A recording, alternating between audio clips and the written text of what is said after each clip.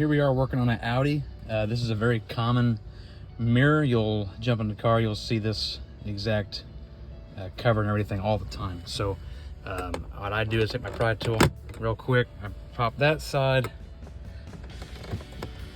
Doing this one hand is not easy, but you just kind of pop. You see these two pins here.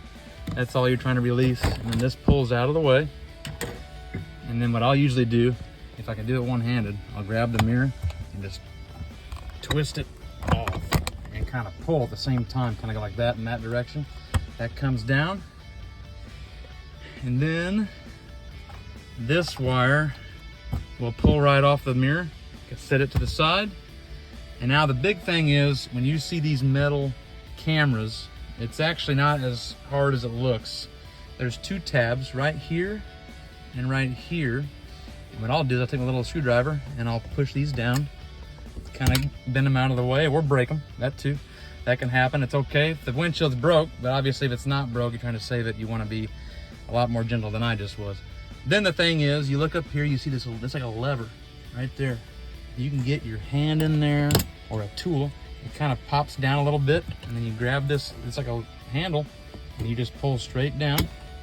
Now it's free, and I kind of just wiggle it, and the whole thing will come right off with the pad on it. And what I'll do is, a lot of times, just in case there's dust or any kind of contaminant in the air, I will take it and I'll turn it and try to get those wires to direct that pad towards the inside of the car.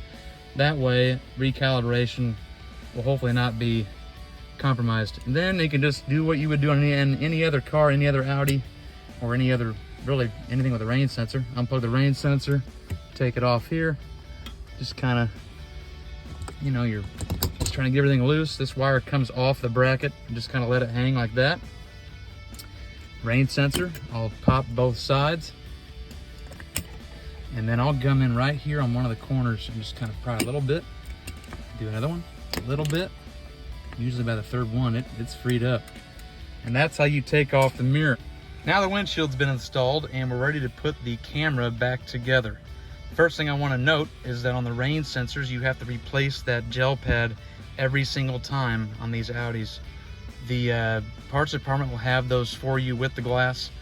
So usually the first thing I'll do is I'll throw that pad on the sensor, and I'll just slap that puppy right back in place and make sure both sides of those clips are clipped in place. You've seen it, I've left this on here just to protect that area while I install the new glass and clean it and all that.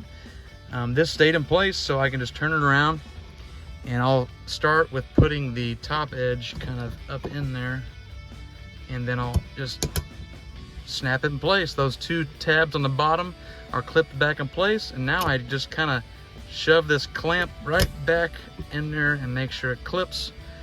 And then this wire will clip back up top.